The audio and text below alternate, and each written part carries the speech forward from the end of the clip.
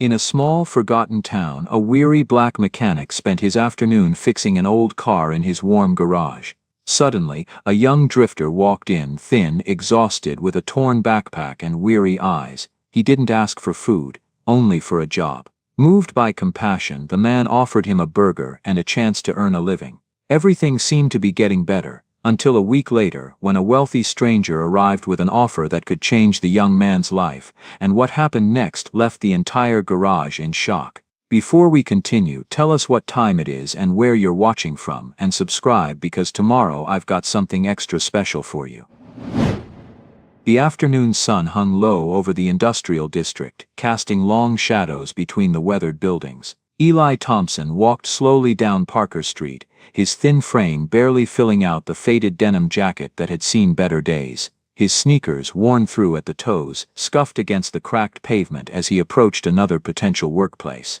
The hand-painted sign read Joe's Auto Parts. Eli took a deep breath, pushed his shoulders back, and knocked on the glass door. A heavy-set man in grease-stained coveralls looked up from behind the counter. His expression shifted from neutral to cold in an instant. "We're not hiring," Joe said flatly, not even setting down the invoice in his hand. "Sir, I'm a hard worker. I said we're not hiring." Joe's voice was harder now. "And even if we were, it wouldn't be you. Word gets around, kid. Don't want that kind of trouble here."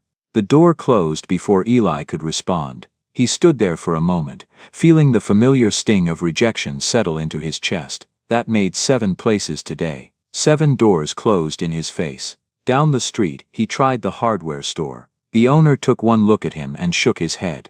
"Sorry, son, can't help you." At the lumber yard, the foreman didn't even let him finish his sentence. "Get out of here before I call the cops." By the time Eli reached Martinez Grocery, his last hope on this block, his hands were shaking. Not from fear, from hunger. He hadn't eaten anything substantial in 2 days. Mrs. Martinez, an older woman with kind eyes, at least had the decency to look apologetic. "I'm sorry, Mio. I would help if I could. But my customers, they talk. They say you bring bad luck, that everywhere you go something breaks." After what happened with the councilman's nephew, she shook her head. "I have a business to protect. I have grandchildren to feed." "I didn't do anything wrong," Eli said quietly. "I was trying to help that woman. The guy was robbing her." "I believe you," Mrs. Martinez said, and she seemed genuine. "But it doesn't matter what I believe, it matters what they believe, and right now this whole town believes you're trouble." She pressed a small bag into his hands, a sandwich and an apple. "I can't give you work, but I can give you this. Now go, before someone sees." Eli took the bag with trembling hands. "Thank you." As he walked away, he heard voices behind him. 2 men stood outside the barber shop, watching him. "That's the kid," one of them said, not bothering to lower his voice. "The one who put Tommy Douglas in the hospital. Heard he's on something, pills or worse. Someone should run him out of town before he hurts someone else." Eli kept walking, his jaw clenched, fighting the urge to turn around and defend himself. What was the point? Nobody would listen. Nobody ever did. The evening air grew cooler as the sun continued its descent. Neon signs flickered to life, the bar, the pawn shop, the check-cashing place. Places that thrived in the shadows of this forgotten corner of town. Trash skittered across the street, pushed by the wind. Somewhere in the distance, a dog barked. Eli pulled his jacket tighter and kept moving, searching for somewhere, anywhere that might offer him a chance.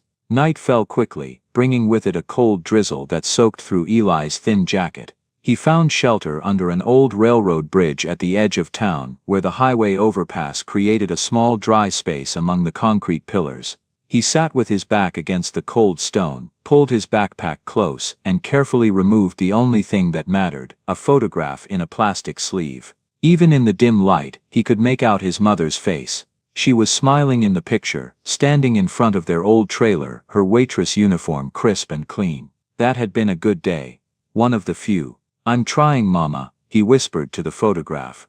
"I'm really trying." His stomach growled. He'd eaten the sandwich Mrs. Martinez gave him hours ago, saving the apple for tomorrow. Would tomorrow be any different? Would anyone give him a chance? The rain picked up, drumming against the concrete above. Water began to seep through cracks, dripping onto his shoulders. Eli closed his eyes, but sleep wouldn't come. His body was too cold, too hungry, too worn down by rejection. Through the rain, he noticed something he hadn't seen before, a light in the distance, about 2 blocks away. It glowed yellow and warm against the darkness, steady and unwavering. Unlike the flickering neon signs he'd passed earlier, this light felt different, almost inviting. Eli squinted through the rain. It appeared to be coming from some kind of garage or workshop. Even from here, he could hear the faint sound of tools, the rhythmic clang of metal on metal. Someone was working late, someone who might need help, someone who might not have heard the rumors yet. It was probably foolish to hope. Hope had failed him so many times. But what else did he have? Eli carefully tucked his mother's photograph back into his backpack, protecting it from the rain. He stood up, his joints stiff and aching, and started walking toward the light. With each step, the sound grew clearer, not just tools, but something else. An engine, old and struggling, coughing and sputtering, fighting to stay alive. The sound reminded him of his own heartbeat lately, tired, barely holding on, but still running, just barely. Henry Carter stood under the hood of a 1967 Chevrolet Impala, his hands black with grease, his back aching from hours of bent-over work. The fluorescent light above buzzed and flickered, casting unstable shadows across the cluttered garage. He adjusted the carburetor one more time, and stepped back. "Come on now," he muttered, reaching for the ignition. The engine turned over, coughed twice, then died. Henry sighed deeply, the sound of a man who'd become accustomed to disappointment.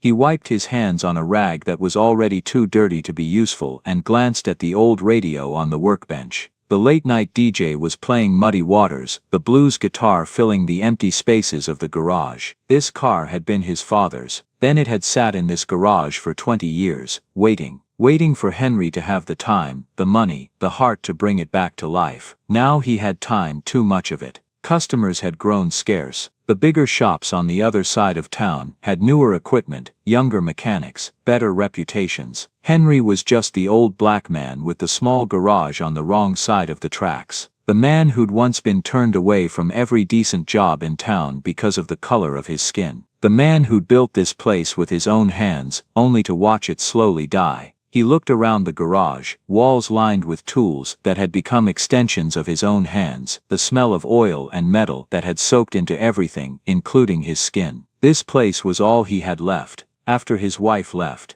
after his boy. Henry closed his eyes, pushing away the memory. Some engines couldn't be fixed. Some things, once broken, stayed broken. The radio DJ announced the time, 11:47 p.m. Another day gone. Henry said to the empty garage, he should close up, go back to the small apartment above the garage where his sister Louise kept telling him he was wasting away. But the thought of lying awake in that empty room, staring at the ceiling, listening to his own thoughts, that was worse than staying here with the tools and the oil and the ghost of what this place used to be. At least here, surrounded by broken things, he felt less alone in his brokenness. Henry picked up a wrench and turned back to the Impala. "Let's try one more time, old friend." The knock was so soft Henry almost didn't hear it over the radio. He looked up, confused. Nobody came by this late. Through the grimy window of the garage door, he could make out a figure, young, thin, soaked from the rain. Henry's first instinct was to ignore it. Nothing good came from late-night visitors in this neighborhood, but something made him walk to the door and crack it open. The kid standing there looked about 18, maybe younger, white, with shaggy brown hair plastered to his forehead, wearing a jacket that was more holes than fabric. His eyes were wide, desperate, but not in a dangerous way. More like a wounded animal, hoping not to be kicked again. "We're closed," Henry said.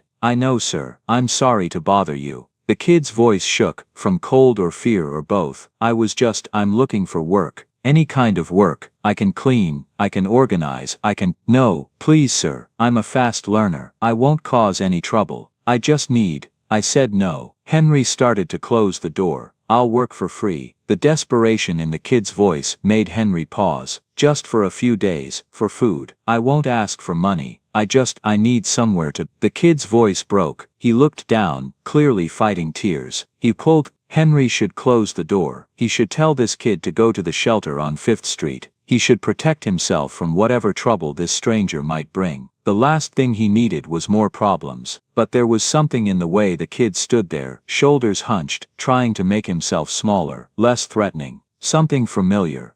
"What's your name?" Henry found himself asking. "Eli, sir, Eli Thompson." Recognition flickered in Henry's mind. "You're the one they've been talking about. The one who I didn't do anything wrong," Eli said quickly. "I know what people say, but I was trying to help. This woman was getting robbed and everything went wrong. It always goes wrong, but I didn't mean." He stopped, realizing he was rambling. Henry studied him for a long moment. The kid was shaking now, and not just from the cold. "Come inside," Henry heard himself say. "Out of the rain." Eli's eyes widened in disbelief. "Really? Before I change my mind." Eli practically stumbled into the garage, water dripping from his clothes onto the concrete floor. He looked around with a mixture of awe and relief, like he just entered a sanctuary. "There's rags over there," Henry pointed. "Dry yourself off. Then start with that corner. Needs sweeping." "Yes, sir. Thank you, sir. I'll do a good job, I promise." But as Eli hurried toward the corner, his hands shaking from cold and hunger and nervous energy, he knocked over a container of motor oil. It spilled across the floor in a dark puddle, spreading toward the toolbox. "Damn it," Henry snapped. Eli froze, staring at the spreading oil with horror. I'm so sorry. I'll clean it up. His hands were shaking so badly he could barely hold the rag. Henry thrust at him. As he bent down to start cleaning, his movements clumsy and panicked, he only seemed to spread the oil further. "Stop, just stop." Henry's voice was sharp with frustration. Eli stopped, still crouched on the floor, and Henry saw the kid's shoulders start to shake, not from cold this time, from trying not to cry. "I'm sorry," Eli whispered. "I'm sorry. I always mess things up. I'll leave. I'm sorry." Henry stood there, looking down at this kid kneeling in motor oil, shaking and apologizing for existing, and something cracked inside his chest. He saw himself at 23, standing outside the Peterson manufacturing plant, being told they didn't hire his kind. He saw himself at 25, turned away from job after job, watching his mother get sicker, unable to afford her medicine. He remembered what hunger felt like, what desperation felt like, what it felt like when the whole world treated you like you were nothing. "Stay here," Henry said quietly. "Don't touch anything." He walked out of the garage, letting the door close behind him. Eli remained on the floor, convinced he'd just ruined his last chance, ready to gather his backpack and disappear into the night. 10 minutes passed, then 15. The rain drummed steadily on the garage roof. Eli slowly stood up, preparing to leave. The door opened. Henry walked back in, carrying a paper bag. He didn't say anything, just set it on the workbench and gestured toward it. Eli approached cautiously. Inside the bag was a burger, cold from the 24-hour gas station down the road, but it might as well have been a 5-star meal. Next to it, a bottle of water. "Eat," Henry said simply. Eli's hands trembled as he picked up the burger. He tried to eat slowly, to have some dignity, but his body had other ideas. He wolfed down half of it before he even realized what he was doing. Then he stopped, embarrassed. "It's okay," Henry said, his voice softer now. "Finish it." Tears started rolling down Eli's cheeks as he ate. He couldn't stop them. The food, the warmth of the garage, the simple fact that anyone had shown him kindness. It all came crashing down on him at once. "Thank you," he managed between bites. "Thank you so much." Henry said nothing. He just pulled up an old stool and sat down, his body language no longer defensive. He let the silence stretch out, broken only by the sound of rain, the distant blues on the radio, and Eli's quiet eating. When Eli finished, he wiped his eyes with the back of his hand, smearing grease and tears across his face. "When's the last time you slept?" Henry asked. "I'm not sure. 2 days maybe." Henry nodded slowly, as if confirming something he already knew. He stood up, walked to a storage room in the back, and returned with an old blanket and a rolled-up sleeping bag. "Floor's hard, but it's dry. You can stay tonight. Tomorrow we'll talk." Eli stared at him in disbelief. I don't know what to say." "Don't say anything, just sleep. We'll figure out the rest in the morning." As Henry turned off the main lights, leaving only a small lamp glowing in the corner, Eli spread out the sleeping bag on the cleanest patch of floor he could find. He lay down, his body finally beginning to relax. For the first time in weeks, he felt safe. Morning light filtered through the grimy windows, turning the dust motes into floating specks of gold. Eli woke to the smell of coffee and the sound of tools being organized. Henry was already at work, arranging wrenches by size on the pegboard wall. He glanced over when Eli stirred. "There's coffee on the workbench. Black. Hope that's okay." "That's perfect. Thank you." Eli stood up, folded the sleeping bag carefully, and reached for the chipped mug Henry had set out. The coffee was strong and bitter, but it was warm, and that was enough. "You said you wanted to work," Henry said, not looking at him. "That's still true?" "Yes, sir, absolutely." "Then start with that corner. Tools need organizing. Everything has a place. You put it back where it belongs, understand?" "Yes, sir." For the next hour, Eli worked in silence, sorting through boxes of bolts, organizing socket sets, sweeping oil stains that had probably been there for years. Henry watched him out of the corner of his eye, noting the careful way the kid handled each tool, how he paused to figure out where things belonged before putting them away. "Come here," Henry finally said, gesturing toward the Impala. "You know anything about cars?" "Not really, sir, but I want to learn." Henry handed him a wrench. "First thing you need to know, a car isn't just metal and parts. It's got a heartbeat. You listen to the engine, you can hear what it's trying to tell you, where it hurts, what it needs." He started the Impala. The engine turned over but ran rough, coughing and sputtering. "You hear that?" Henry asked. "That irregular rhythm? Engine's telling us something's off. Could be timing, could be fuel mixture, could be a dozen things. But you don't just start replacing parts. You listen first, you pay attention." Eli leaned closer, his ear almost touching the hood, his eyes closed in concentration. "It sounds sad," he said quietly, "like it's trying really hard, but something's holding it back." Henry looked at the kid with surprise. Most people heard noise. This kid heard emotion. "Yeah," Henry said softly, "that's exactly what it sounds like."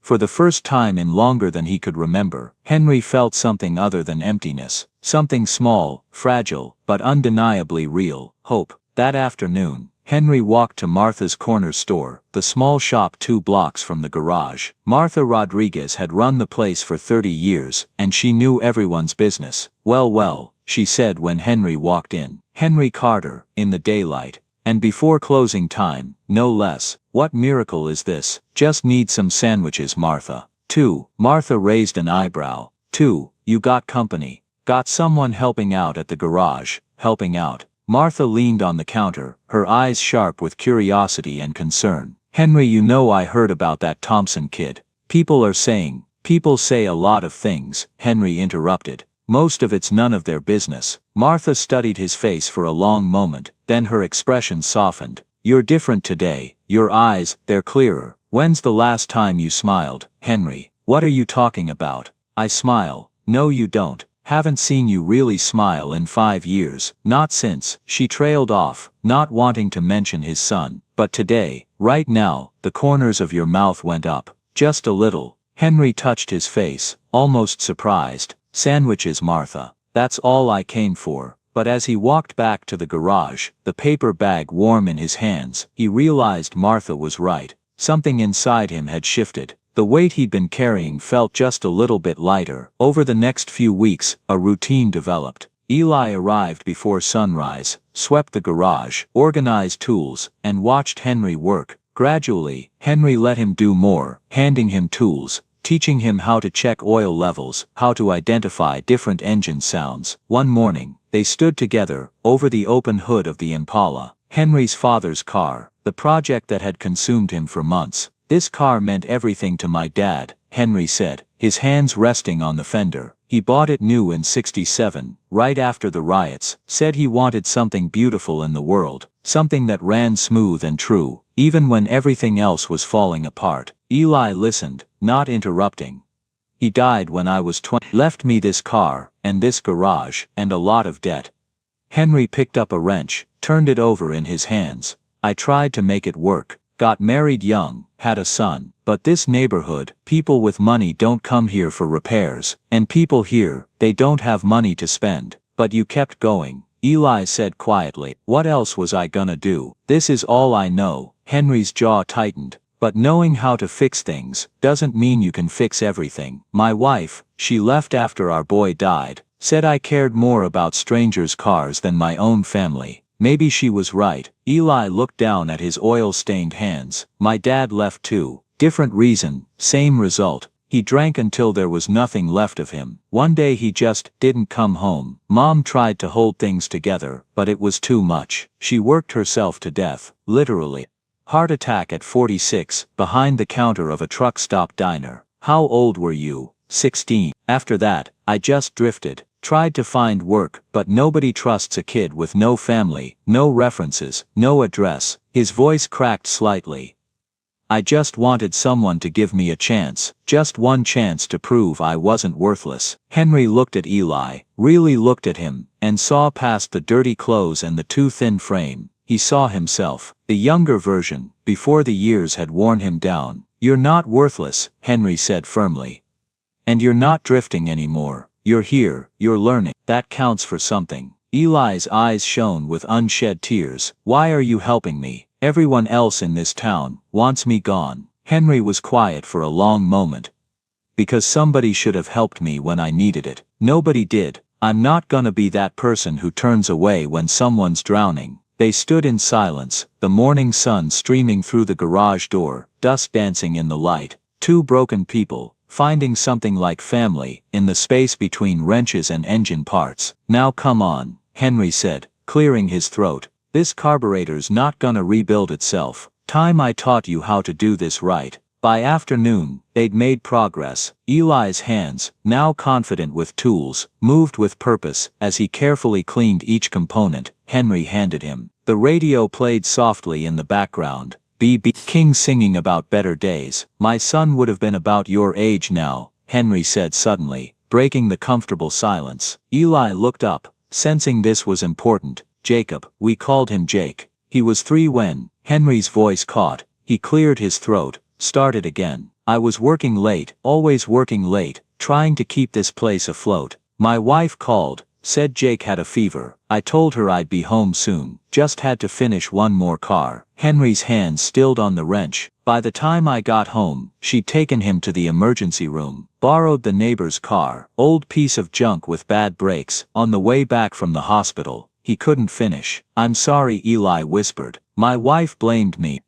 Said if I'd been home, she would have used my truck. Better brakes might have made a difference. Henry's eyes were distant, trapped in the past. She left a month later, couldn't stand to look at me, couldn't stand to be in this garage where I'd chosen to spend time instead of with our family. It wasn't your fault, Eli said. Wasn't it? Henry's voice was hollow.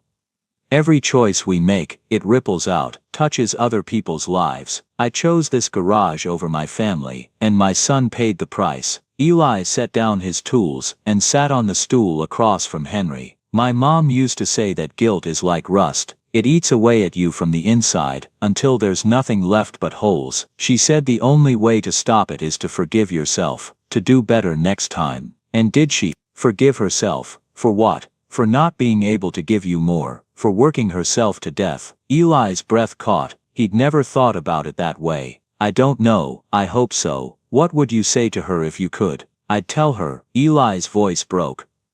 I'd tell her that she was enough, that she didn't have to prove anything, that I knew she loved me, even when we had nothing, especially when we had nothing. Henry nodded slowly. Maybe that's what Jake would say to me, if he could.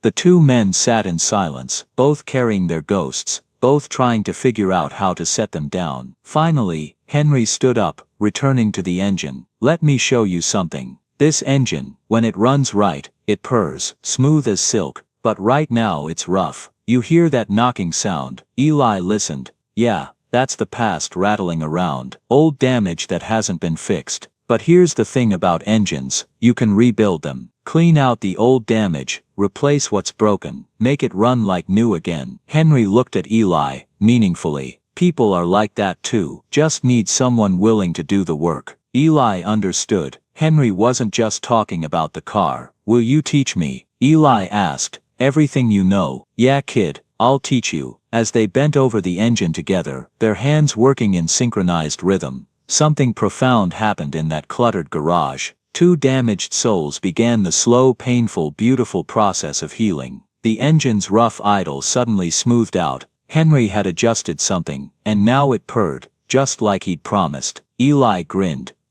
That sound, that's what peace sounds like, Henry said softly. Remember it, but peace, like a fragile engine, could be disrupted easily. It started with whispers. Mrs. Patterson from the hardware store told Mrs. Chen at the post office, who told her husband, who told everyone at the bar. By the end of the week, the whole neighborhood was talking. Henry Carter's got that Thompson kid working for him. The one who put Tommy Douglas in the hospital. I heard he's on drugs, that's why his hands always shake. My cousin won't take her car there anymore. Doesn't feel safe. Someone should warn Henry. That kid's bad news. Trouble follows him everywhere. The parking lot of Martha's store became the unofficial gathering place for these conversations. Three men stood outside one afternoon, watching Eli walk past carrying parts for Henry. There he goes, said Bill Morrison, arms crossed. Kid looks like a stiff wind would blow him over. Don't let that fool you, replied Jack Peters, mean streak a mile wide.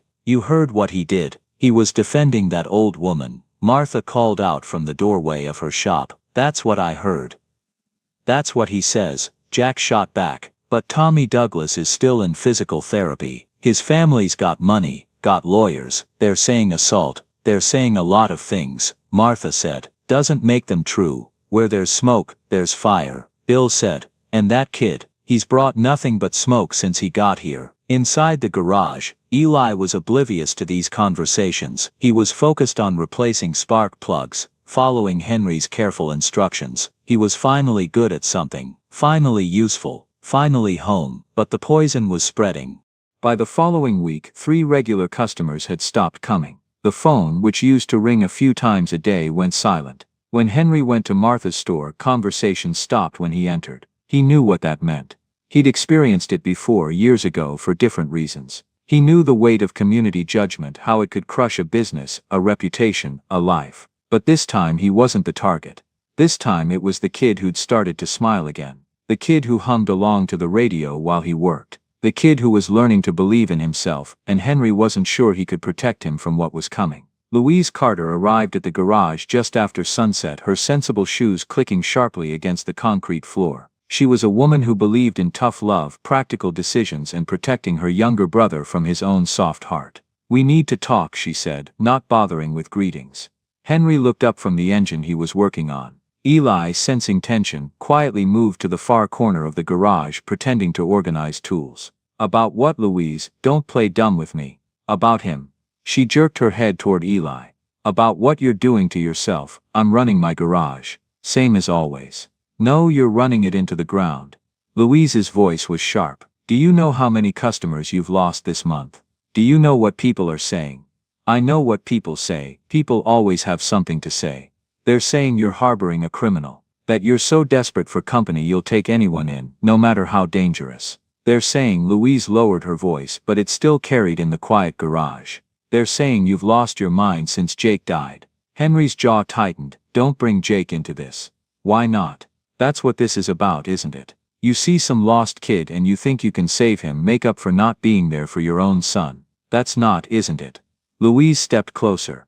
Henry, I love you, you're my baby brother, and I've watched you hurt for 5 years. But this isn't healing. This is self-destruction. That boy is going to take everything from you. Your business, your reputation, maybe even. He's not taking anything. Henry said firmly. He's working. He's learning. He's not what they say he is. How do you know? How do you really know? Because he seems nice. Because he said he's innocent. Louise's voice cracked with frustration. You're running yourself into the ground trying to help someone who might not even deserve it.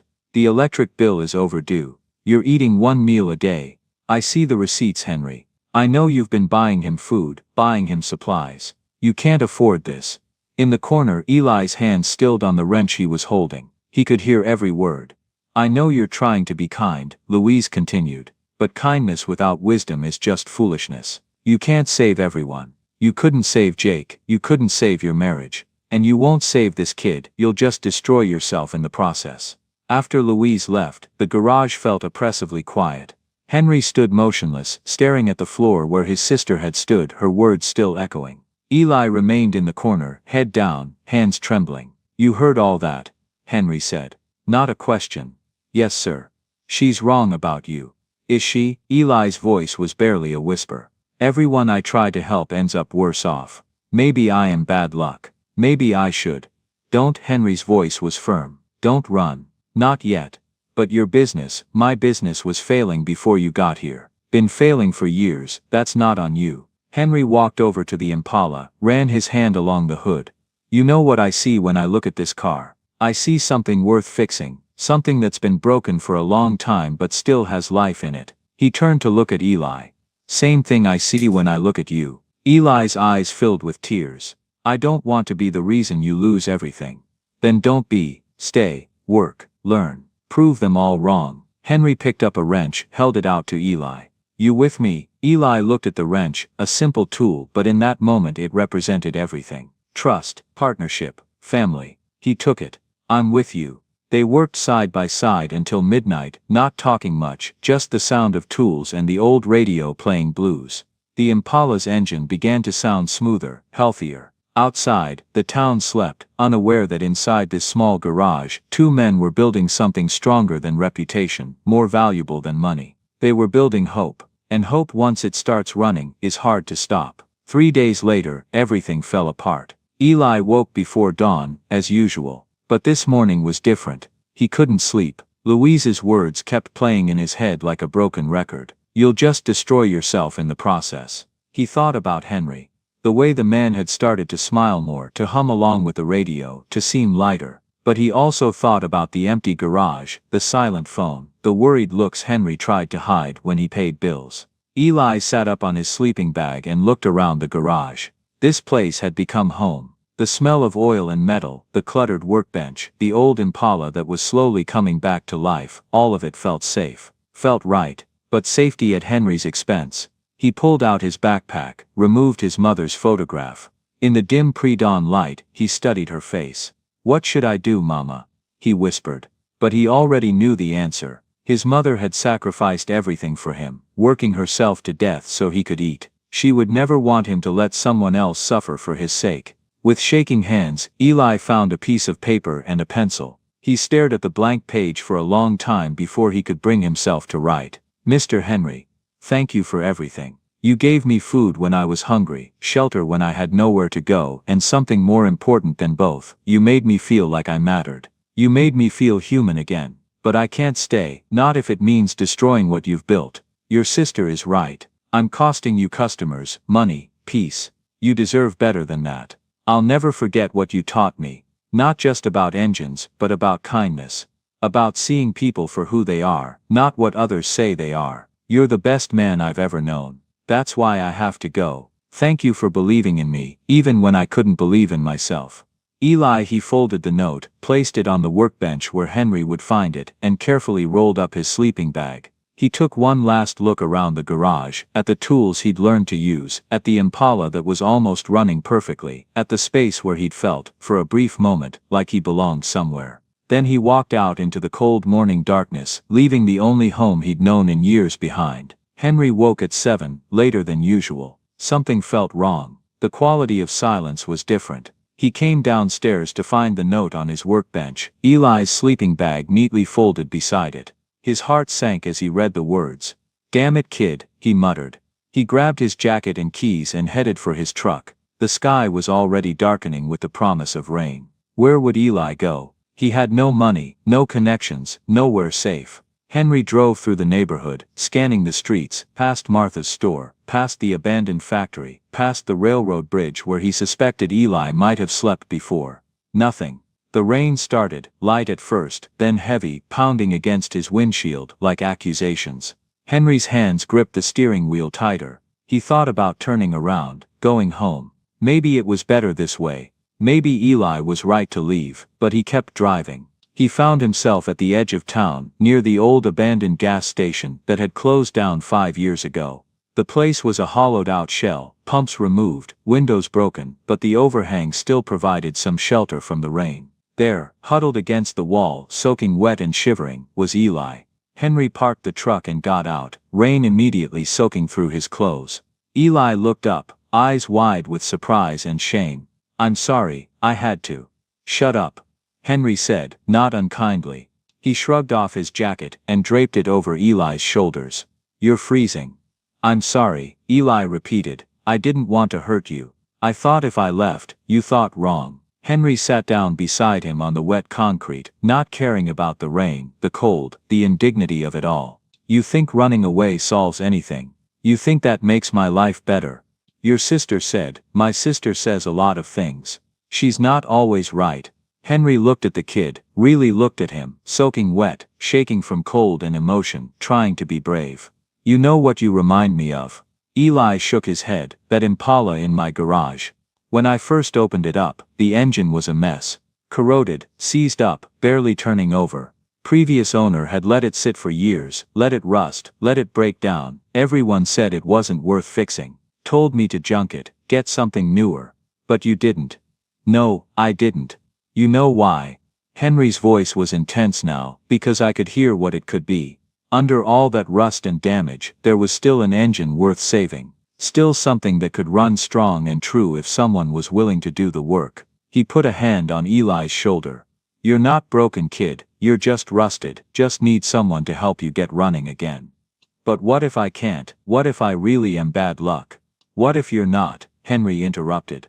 "What if every person who gave up on you was wrong? What if you're exactly where you need to be, learning exactly what you need to learn?" The rain poured down around them. Thunder rumbled in the distance, and in that moment, sitting in the ruins of an abandoned gas station, two broken people made a choice. "Come home," Henry said. "Please, come home." Eli nodded, tears mixing with rain on his face. "Okay." They drove back through the storm in silence, but it wasn't an empty silence. It was the silence of understanding, of commitment, of two people who decided not to give up on each other, or themselves. The next morning, they worked together on the Impala with renewed purpose. Everything Henry had taught Eli over the past weeks came together: the careful listening, the patient diagnosis, the precise adjustments. "Try it now," Henry said, stepping back from the engine. Eli turned the key. The engine turned over once, twice, then caught. But this time, it didn't sputter, it didn't cough, it purred, smooth, strong, perfect. Eli's face lit up with joy. "We did it, you did most of it," Henry said, and there was pride in his voice, real pride. They stood together, listening to the engine's song, no longer broken, no longer struggling, just running the way it was meant to run. Sunlight streamed through the garage door, cutting through the oil-scented air, illuminating the dust motes like stars. The radio played softly, Etta James singing at last. "This sound," Eli said quietly. "This is what you meant, about listening to the heartbeat." "Yeah," Henry said, "that's what I meant." They didn't say anything else, didn't need to. The engine said everything: that broken things could be fixed, that patience and care could transform rust into music, that two people working together could create something beautiful. Martha walked past the garage on her way to open her store. She stopped, surprised to hear laughter coming from inside. Real laughter, Henry's laugh, deep and genuine, mixed with Eli's younger voice. She smiled to herself. Maybe Henry's sister was wrong. Maybe kindness wasn't foolishness after all. Maybe sometimes, the bravest thing you could do was believe in someone when the whole world said you shouldn't. Inside the garage, the engine continued to purr, and two men who'd been running on empty finally felt full.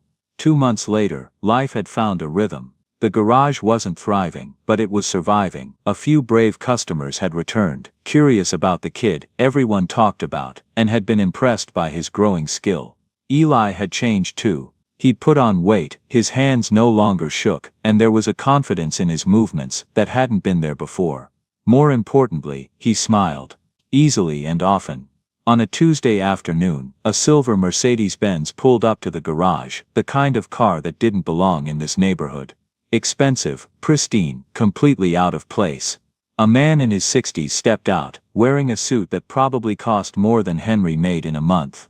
He had silver hair, sharp eyes, and the bearing of someone accustomed to being in charge. "Are you open?" he asked, his tone suggesting he already knew the answer. "Depends on what you need," Henry said carefully. He'd learned to be cautious with people like this. They usually wanted something specific, and weren't patient with delays. My car is making a sound. I've taken it to 3 dealerships. They've replaced parts, run diagnostics, charged me thousands, but the sound persists. The man's frustration was evident. I was passing through, heard the engine acting up again, and saw your garage. Thought I'd try one more place before I give up and buy a new car. What kind of sound? Henry asked. A clicking, intermittent. Only when the engine is warm, only at certain RPMs. The dealerships say everything checks out electronically, but I know something's wrong. Henry walked around the Mercedes, popped the hood. Mind if I start her up, please? The engine came to life, with the smooth purr of German engineering. Henry listened, his trained ears searching for the anomaly. After a moment, he shook his head. I'm not hearing it, but if it only happens when warm, I can diagnose it, Eli said suddenly. Both men turned to look at him. He'd been quietly watching from the workbench. Eli, Henry said carefully. This is a Mercedes, computer-controlled everything. We don't have the diagnostic tools, I don't need them. Eli said, walking over. There was no arrogance in his voice, just quiet confidence. May I? The man in the suit studied Eli, the young mechanic with grease-stained hands and second-hand clothes. Then he nodded. Why not? Everyone else has failed. Your turn. Eli leaned into the engine bay, his eyes closed, just listening. Henry had taught him this, to listen not just with ears, but with everything. To feel the vibrations, to sense the rhythm, to hear what the machine was trying to say. After a full minute, Eli opened his eyes. Rev it to 2,500 revolutions per minute. The man did. Eli listened. There, did you hear it? Very faint clicking, right before it smooths out. I didn't hear anything, the man admitted. It's the variable valve timing actuator. Eli said, the solenoid is sticking. Not enough to throw a code, not enough to cause problems most of the time. But when the oil is hot and thin, there's a split second where it catches. That's your click. The man raised his eyebrows. The dealership said, the dealerships were looking for big problems. This is small, but small problems get bigger if you ignore them. Eli looked at Henry. We don't have the part here, but I can clean the solenoid, might solve it temporarily. Do it, the man said. For the next hour, Eli worked with the focused intensity of a surgeon. Henry supervised, but didn't interfere, recognizing that the kid had found his element. This wasn't about following instructions anymore. This was about understanding, about intuition, about that rare gift of knowing how machines think. Finally, Eli straightened up. Try it now. The man started the car. He revved the engine, held it at different RPMs, let it idle. His expression transformed from skepticism to amazement. The click is gone, should stay gone for a while. Eli said, but eventually you'll need to replace that actuator. Don't let a dealership talk you into replacing the whole timing chain, just the actuator. The man shut off the engine and turned to face Eli directly. What's your name, son? Eli Thompson, sir. How long have you been doing this? About 3 months, sir. 3 months. The man looked at Henry. You taught him. I showed him the basics, Henry said. The rest, that's all him. The man reached into his jacket and pulled out a business card. My name is Richard Douglas. I own Douglas Automotive Group, 12 dealerships across 3 states. I'm always looking for talent, real talent, not just people who can follow a computer's instructions. He handed the card to Eli. I want to offer you a position, a real position. I'll send you to training, pay for certifications, give you access to equipment and mentors that could take your skill to the next level. You have a gift, son, a rare one. You shouldn't waste it in. He gestured vaguely at the garage. Henry felt his stomach drop. Eli stared at the card, like it might burn him. I don't know what to say. Say you'll think about it. Here's what I'm offering. Starting salary of $45,000 a year, full benefits, housing assistance for the first 6 months while you get settled. Our main training facility is in Atlanta, 6 months of intensive education with some of the best technicians in the country. After that, a position at any of our locations you choose. Mr. Douglas, Henry said, finding his voice. That's a generous offer, but nothing. Douglas looked at Henry with respect, but also finality. Sir, I can see you've done a good job with this young man. You should be proud, but he has potential that extends beyond this neighborhood. You know it, I know it, and I think he knows it too. He turned back to Eli. Take a few days, think it over. But opportunities like this don't come around often. I'll be in town until Friday. The number on that card reaches me directly. Douglas paid Henry double the usual rate for the repair, thanked them both, and drove away in his perfectly silent Mercedes. The garage felt very quiet after he left. Eli stood holding the business card, not looking at Henry. "You should take it," Henry said, finally, the words like gravel in his throat. "What?" "The offer. You should take it." Henry turned back to his workbench, started organizing tools that didn't need organizing. "That's the opportunity of a lifetime. Real future, real money, everything I can't give you here." "But, no buts, this is what we've been working toward, isn't it? Getting you skilled enough to make something of yourself." Henry's voice was rough. "Well, mission accomplished. You're good enough for the big leagues. Can't ask for better than that." Eli opened his mouth to respond, but Henry cut him off. "Go home. Think about it. We'll talk tomorrow." "I don't have a home," Eli said quietly. "This is my home. Just go, Eli. Please." Eli left, and Henry stood alone in the garage he'd spent his whole life building. The garage that had never been enough, not for his wife, not for his son, and now, not for the kid he'd come to think of as what? A second chance. He looked at the Impala, sitting silent and perfect. "Everyone leaves eventually," he told the car. Should have learned that by now. 3 days later, Eli accepted the offer. He didn't tell Henry right away, he couldn't find the words. But on Thursday evening, as they were closing up the garage, Eli finally spoke. "I called Mr. Douglas. I'm going to take the job." Henry's hand stilled on the tool he was putting away. "Good, that's good." "Is it?" Eli's voice was anguished. "Because it doesn't feel good. It feels like I'm abandoning you." "You're not abandoning anyone, you're moving forward. That's what you're supposed to do." Henry forced himself to turn and face Eli. "I'm proud of you, kid. You hear me? I'm proud. Then why won't you look at me?" Henry met his eyes then, and Eli saw something there that made his chest tighten. Not anger, something worse, resignation. Like Henry had expected this all along, like he'd been preparing for it. "When do you leave?" Henry asked. "Monday. Mr. Douglas is arranging transportation. He said I should pack light, they'll provide everything I need." "Monday, that's soon." "Yeah." They stood in awkward silence, all the words they should say, locked behind fear and pride. "I'll finish up here," Henry said finally. "You go get some rest." "Henry, go on now." Eli wanted to argue, to say something that would fix this, but he didn't know what. So he left, climbing the stairs to the small apartment above the garage, where Henry had let him stay. He didn't sleep. He lay awake staring at the ceiling, clutching his mother's photograph, wondering if she would be proud of him or disappointed. On Monday morning, a car arrived to take him to Atlanta. Henry was already in the garage, working on a different car, pointedly not watching as Eli loaded his single backpack into the trunk. "Thank you," Eli said from the doorway. "For everything." Henry didn't turn around. "You're welcome. Do good, kid." "I will. I promise." The car pulled away. Henry finally looked up, watched through the grimy window as the vehicle disappeared down the street. Then he went back to work, alone again, with only the sound of tools and his own breathing to keep him company. The Impala sat in the corner, perfect and complete, with no one to appreciate it.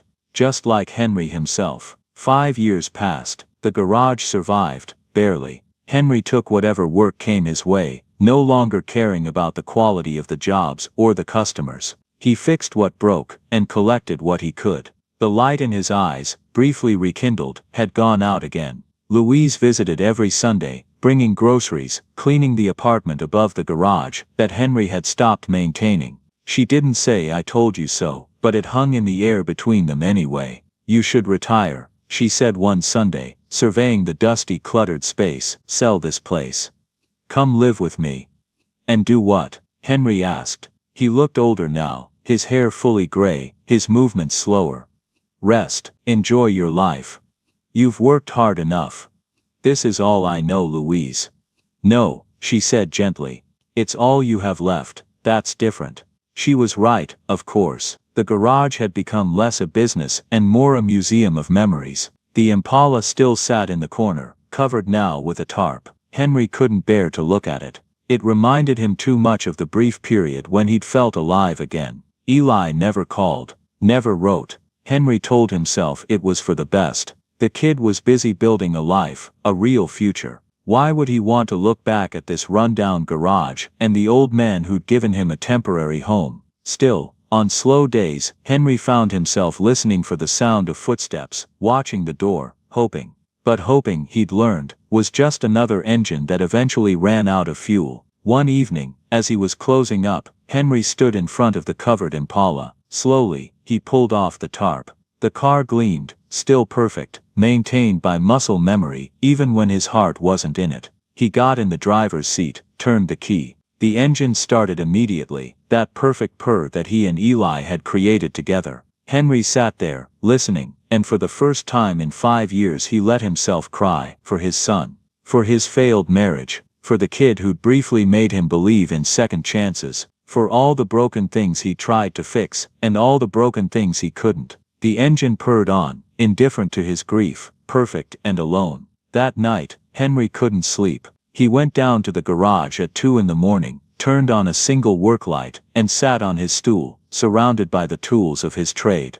The radio still worked. He turned it on, and like a gift from the universe, or a curse, it was playing an old blues song. The same one that had been playing the night Eli had first arrived, soaking wet and desperate. Sometimes I feel like a motherless child. Henry looked around the garage. Every tool, every corner, every stain on the concrete held a memory. His father teaching him how to gap spark plugs. His son, at 3 years old, toddling around, helping by handing him the wrong tools. Eli, careful and eager, learning to listen to the heartbeat of engines. "I'm tired," he said aloud to the empty room. "I'm so damn tired."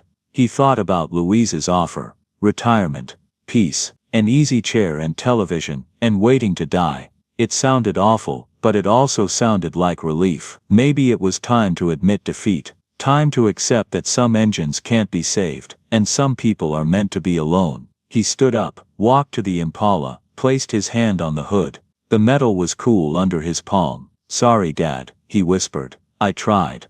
A sound outside made him look up. Footsteps on the gravel. Probably someone looking for directions, or worse, someone looking to rob the place. Henry didn't even have the energy to care. But then he saw the shadow in the doorway, and his breath caught in his throat. It couldn't be. A figure stepped into the dim light, tall now, filled out, wearing nice clothes but with the same gentle eyes. "Hi, Henry," Eli said quietly. Henry couldn't speak, couldn't move. His brain couldn't process what his eyes were seeing. "I know," Eli continued, taking a tentative step inside. "I know it's been 5 years. I know I should have called, should have written. I get out." Henry's voice was cold, foreign even to his own ears. Eli flinched. "I deserve that. But please let me," I said. "Get out. You made your choice 5 years ago. Don't come back here trying to ease your guilty conscience. It's not like that." "No." Henry's pain transformed into anger, a protective shell. "Then what is it like? You left, didn't look back. I was good enough when you needed something, but once you got your big break, I was just the old man in the forgotten garage. Well, congratulations on your success. Now leave me alone." "Henry, please, what do you want from me?" "Forgiveness, absolution. You want me to tell you it's okay that you disappeared, that I didn't spend 5 years wondering if I'd failed another kid." Henry's voice cracked. "You got everything you wanted. What the hell are you doing here?" Eli's eyes were wet with tears but his voice was steady. "I came back to fix something. Nothing here needs fixing. Everything's broken beyond repair, including me. I know you think that," Eli said softly, "but you're wrong." The door opened wider and Louise stepped in. She'd been standing outside, listening. Her face was red, her expression fierce. "You have some nerve," she told Eli, "showing up here after all this time. My brother trusted you, cared about you, and you just—" "I know," Eli interrupted. "I know I hurt him. I hurt you both, but I had a reason. A good reason. If you'll just let me explain." "No explanation is good enough," Louise said. "You should leave. Now." But Henry held up a hand, stopping her. Because despite everything, the anger, the hurt, the years of silence, he could see something in Eli's eyes. Determination, purpose, and something else, something that looked like love. "Talk," Henry said. "You've got 5 minutes." Eli took a deep breath and pulled out a chair, sitting down slowly like he was afraid of spooking a wild animal. "The day Mr. Douglas offered me the job," he began. "I was excited, of course I was. It was everything I'd never dared to dream about, but I was also terrified of leaving you. You were the first person who'd shown me kindness in, maybe ever. So you expressed your gratitude by vanishing," Louise said sharply. "Let him finish," Henry said quietly. Eli nodded. "That night I couldn't sleep. I came down here to the garage around midnight. I was going to tell you I wasn't going to take the job, that I wanted to stay here with you building something together." He paused, his hands twisting together. "But before I could come in I heard voices. You and Louise were in here, talking." Henry's expression shifted. Understanding began to dawn. "I didn't mean to eavesdrop," Eli continued, "but I heard everything. Louise, you told Henry that he was destroying himself by helping me, that he'd been taking losses to give me work, to teach me, that he'd been deliberately breaking things so I could practice fixing them, so I wouldn't feel useless." Louise looked away, her jaw tight. "You told him that he couldn't even pay his electric bill because he was spending money on me, on food, on supplies, on tools." Eli's voice thickened with emotion. "And Henry, you said you were trying to be the person your mother would have wanted you to be, the person who didn't turn away from someone in need, even if it cost you everything." "You shouldn't have heard that," Henry said. "But I did, and it changed everything." Eli leaned forward, his eyes locked on Henry's. "You were sacrificing yourself for me, your business, your financial security, maybe even your health." Louise was right. "I was destroying you just by being here, and I couldn't do that to you. So you left," Henry said. "So I left, not because I didn't care, because I cared too much." Eli's voice broke. "I thought if I took Douglas's offer, worked hard, became successful, I could come back one day and fix things. Actually fix them. Not just broken engines but your business, your life, everything you'd given up for me. It's been 5 years," Louise said, her voice softer now but still hurt. "Why didn't you call? Why didn't you write?" "Because I had nothing to offer yet. Every time I thought about reaching out, I asked myself, what can I give him that would make the sacrifice worth it? A phone call, an update on my life. That wasn't enough. Not even close." Eli reached into his jacket and pulled out a rolled-up set of papers. "So I worked. I saved. I learned everything I could. And I built this." He unrolled the papers on the workbench. They were architectural plans, detailed, professional, beautiful. "This is Henry's Hope Garage," Eli said. "A full-service automotive training center and repair shop. 5 bays, modern equipment, classroom space, everything needed to teach young people, especially kids like I was, how to fix engines and fix themselves." Henry stared at the plans, unable to speak. "The building 2 blocks from here, the old warehouse that's been empty for years, I bought it. Or rather my company bought it. I own 30% of a successful specialty repair business in Atlanta now. Douglas helped me get started, and I built it from there. And every dollar I saved I put aside for this." Eli pointed to different areas of the plans. "This is your workshop, separate from the training area, so you can still work on what you love. This is the classroom where you'll teach. This is the waiting area with comfortable chairs and decent coffee. And this," he pointed to a corner of the plan, "is where the Impala will sit, displayed. A reminder that broken things can be restored." Louise's hand was covering her mouth. Tears ran down her face.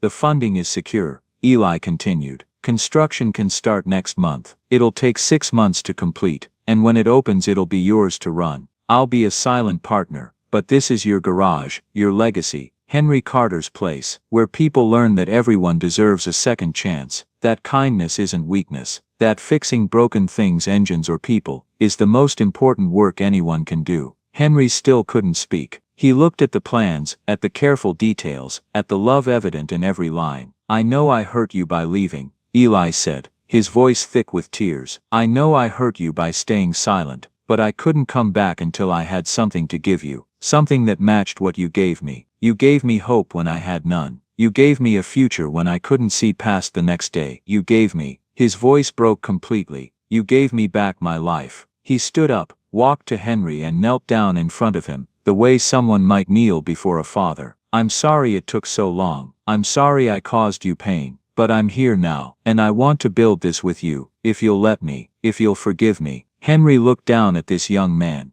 no longer the scared kid who'd knocked on his door 5 years ago, but a man who'd made something of himself and come back to share it. Slowly, his hands shaking, Henry reached out and placed them on Eli's shoulders. "You damn fool," he whispered. "You beautiful stupid damn fool." And then he pulled Eli into a hug, holding on like he was afraid to let go. Tears streaming down his face. Louise watched them, her own face wet with tears, and for the first time in 5 years she smiled at the sight of her brother's joy. When they finally separated, Louise walked over and sat down across from them. Her face was serious, her eyes red from crying. "Eli," she said, "I owe you an apology." "You don't." "Yes, I do. Let me say this." She took a deep breath. 5 years ago, I stood in this garage and called you trouble. I told my brother he was destroying himself by helping you. I said terrible things, cruel things, because I was scared. Scared of seeing Henry hurt again. Scared of watching him give away pieces of himself to someone who might not appreciate it. She looked at her hands, worn and lined from years of practical work. "But I was wrong. Not about Henry hurting. That part was true. He was sacrificing a lot for you, but I was wrong about you. I judged you based on what other people said, on fear and rumors, instead of seeing who you really were. You were trying to protect him," Eli said. "I understand that. Understanding doesn't make it right." Louise met his eyes. "You were a kid who'd been dealt a bad hand. You were trying your best with nothing and no one to help you. And when my brother, bless his stubborn heart, finally did help you, I tried to tear it down. I'm ashamed of that." Louise. Henry started. "Hush, I'm not done." She turned back to Eli. "When I heard you at the door tonight, I was ready to tear into you, ready to protect Henry one more time from being hurt. But then I saw these plans, and I realized something. You left to protect him too. We were both trying to save him in our own ways. The difference is you succeeded." She reached across and took Eli's hand. "Thank you, for caring about my brother enough to sacrifice your own happiness, for working 5 years to give him something real, for coming back when it would have been easier to just send money and stay away." "I could never stay away," Eli said simply. "This is home. He's family," Louise finished. "He's family, and so are you, whether you know it or not." She stood up, walked to Henry, and put her hand on his shoulder. "You were right all along, little brother. I thought you were being foolish, wasting your kindness on someone who didn't deserve it. But Eli deserved every bit of kindness you gave him, and more. I should have seen that. I should have trusted your judgment." Henry covered her hand with his. "You were trying to take care of me. You always do. I know that. Well, maybe I should try being more like you, more willing to see the good in people, instead of just the risk." She smiled through her tears. "Though I'm still going to worry about you. That's what big sisters do. I wouldn't have it any other way." Louise looked at the plans spread out on the workbench. "Henry's Hope Garage. It's perfect. When you open this place, this whole neighborhood is going to change. Kids who need a chance will finally get one. And maybe," she paused, emotional, "maybe some other scared kid will find their way here just like Eli did. And you'll be able to help them too." "That's the idea," Eli said. "To build something that lasts, something that keeps giving chances to people who need them." Louise nodded. "I want to help. With the business side, permits, accounting, whatever you need. Consider me officially invested in Henry's Hope."